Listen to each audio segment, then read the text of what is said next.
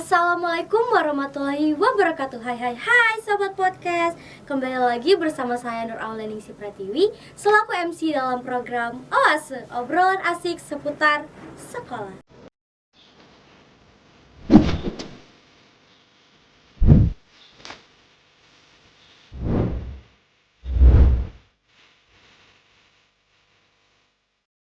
Masih di bulan kemerdekaan Indonesia yang ke-79 tahun, di mana tema kemerdekaan tahun ini adalah Nusantara Baru, Indonesia Maju.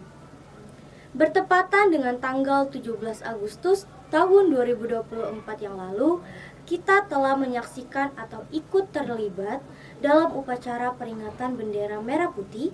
Maka dari itu, kami mendatangkan narasumber yang hebat, di mana mereka berdua telah mengibarkan bendera merah putih di pemerintahan Kabupaten Kutai Kartanegara. Langsung saja kita kenalan yuk sama podcast. Halo kakak. Halo. Gimana nih kak kabarnya? Alhamdulillah baik. Oke, langsung perkenalkan diri aja kak. Mulai dari mana dulu?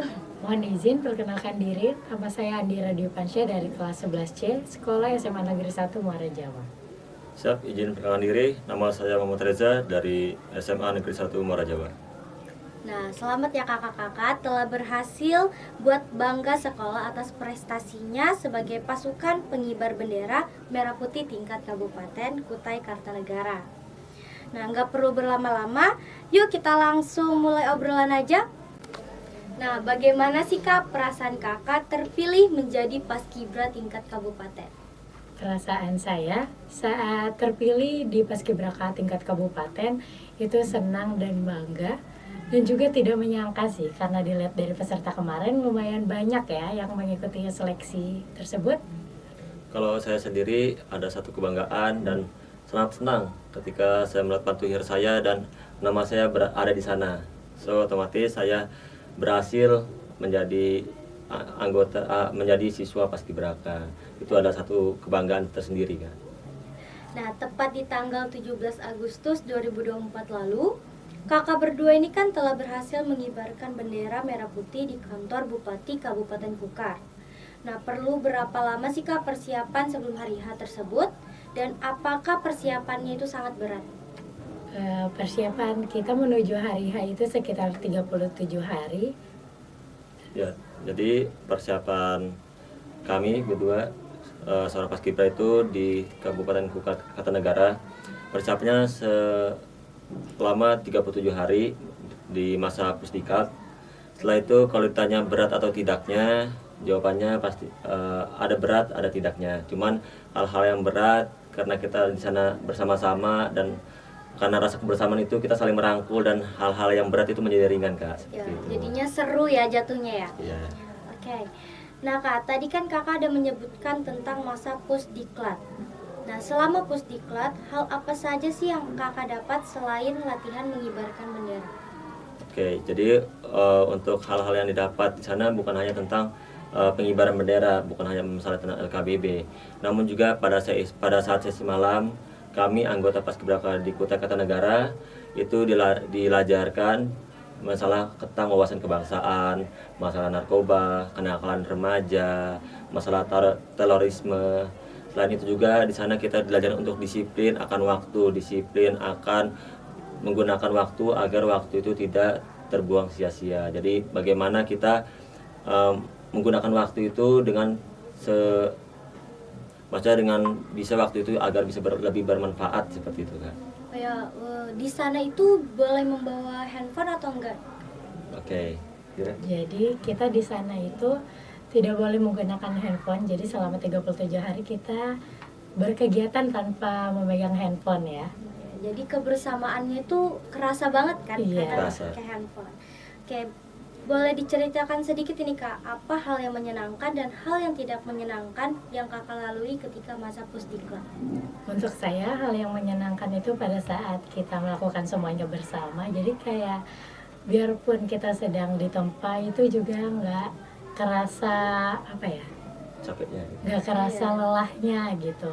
Terus untuk hal yang tidak menyenangkan itu pada saat kita di tempat sih, pada saat latihan lagi capek-capeknya itu ngerasa kayak pengen pulang gitu rasanya, tapi ya tetap aja dijalanin.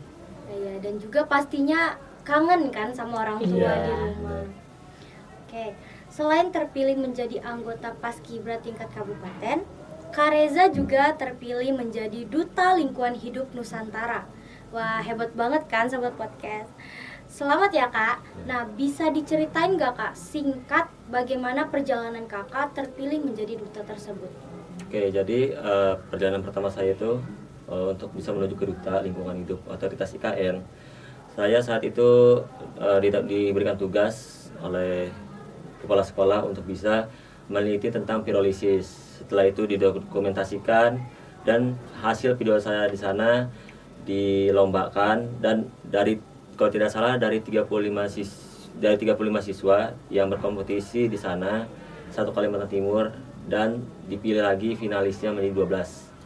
Dan setelah 12 orang itu dikarantina selama 4 hari 3 malam. Setelah itu, setelah dikarantina selama 4 hari 3 malam itu, mencari lagi grand finalis. Dan grand finalis itu ada duta dan runner up. Dutanya itu saya dan pasangan saya Elin, dan runner up-nya itu ada Kevin dari Lojanan dan Andini dari PPI, seperti itu Kak. Nah, setelah terpilih menjadi Duta Lingkungan Hidup Nusantara, hal apa yang akan Kakak lakukan berkaitan dengan lingkungan, terutama lingkungan di sekolah kita? Baik, jadi hal yang sangat ingin saya lakukan adalah yang pertama, bukan hanya menjadi corong, namun juga menjadi pendorong untuk warga-warga di SMA Negeri 1 Muara Jawa, terutama mengenai tentang isu lingkungan, mengenai tentang sampah yang paling pertama ya. Jadi bagaimana kita di SMA Negeri 1 Muara Jawa ini bisa mengelola sampah kita dengan baik dan tepat dan benar kayak gitu Kak. Selain itu juga saya mungkin akan mengedukasi kepada saudara-saudara saya di SMA Negeri 1 Muara Jawa agar peka terhadap isu lingkungan dan tidak semena-mena menggunakan lingkungan kita, karena perlu kita ketahui lagi bahwasannya IKN sudah dipindah ke sini. Kalau kita tidak cerdas, kita tidak pintar, otomatis kita akan tergeser seperti itu Kak. Nah, gimana nih Kak cara Kakak tentang siswa atau sebagian siswa-siswi di SMA Negeri 1 Muara Jawa ini yang belum memahami atau belum tahu bagaimana jenis-jenis sampah yang ada di lingkungan kita? Oke, jadi memang kalau menurut saya masih ada siswa-siswi SMA Negeri 1 Muara Jawa yang kemungkinan belum mengerti tentang apa itu sampah organik, apa itu sampah anorganik, apa itu sampah B3, seperti itu. Nah, ini adalah tugas saya untuk bisa mengedukasi, memberitahu kepada, kemungkinan yang belum tahu ini ada di kelas ya Kak. Nah, jadi tugas saya untuk bisa memberitahu kepada adik-adik kelas saya agar lebih peka terhadap isu lingkungan dan paham cara memilah-milah sampah. Yang paling dasar tuh memilah sampah deh, karena nggak semua orang tahu mana sampah organik dan sampah anorganik, seperti itu Kak. Oke, balik lagi tentang Paskibra ya Kak. Ya Kak. Nah, sebagaimana yang kita ketahui, untuk menjadi seorang pasukan pengibar bendera merah putih tingkat kota atau dan tingkat kabupaten sangatlah susah. Tapi kakak berdua ini kan berhasil melewatinya. Apa saja sih Kak seleksi yang telah kakak berdua ikutin sebelum terpilih? Dan berapa orang yang terpilih menjadi pasukan Paskibra tingkat Kabupaten Kutai Kartanegara? Oke, jadi untuk seleksinya itu kalau tidak salah ada 8 seleksi. Jadi yang pertama ada seleksi administrasi, baru ada seleksi TWK atau tes wawasan kebangsaan. Setelah itu adalah tes TIU, tes integrasi umum. Lalu ada tes kesehatan, ada tes parade atau postur tubuh. Setelah itu ada tes kesemaptaan atau fisik, seperti itu. Dan lalu yang terakhir itu ada tes kepribadian, dan banyak gugur di sana setahu saya. Berarti yang paling berat itu di tes yang kepribadian itu ya? Ya, kepribadian. Oke. Nah, menjelang hari kemerdekaan setiap tahunnya pasti terjadi pergantian anggota Paskibra. Apa saja sih Kak tips and trik yang bisa Sobat Podcast siapkan untuk seleksi tahun depan? Dan sekitar bulan berapa mulai pendaftarannya? Terutama untuk Sobat Podcast yang ingin seperti kakak berdua ini. Saran saya, mumpung masih ada waktu, jadi mempersiapkan fisik, terus TWK juga untuk tesnya, TIO-nya, mental juga perlu disiapkan ya gitu. Terus juga untuk pendaftarannya di tahun saya itu di bulan Januari, pendaftarannya di bulan Januari, seleksinya mulai dari Februari sampai April. Terus untuk menunggu pantukirnya itu di bulan Mei Ya, sampai bulan Juni. Gitu ya. Jadi tadi kakak ada bilang mental. Nah mental tuh seberapa penting dan seberapa perlunya sih kak untuk seleksi ini? Oke, jadi maksud mental, harus memperkuatkan mental itu biar kita bisa konsisten. Jadi apabila contoh kita mau seleksi nih, otomatis kita bakal latihan terus kan. Contoh saya kemarin latihan itu pagi, saya bangun pagi, lari. Setelah itu berangkat sekolah, pulang sekolah saya lari, latihan seperti lari, push up, sit up, latihan mandiri sendiri sebelum saya ikut seleksi. Dan malamnya pun saya belajar untuk masalah wawasan kebangsaan untuk bisa seleksi TWK.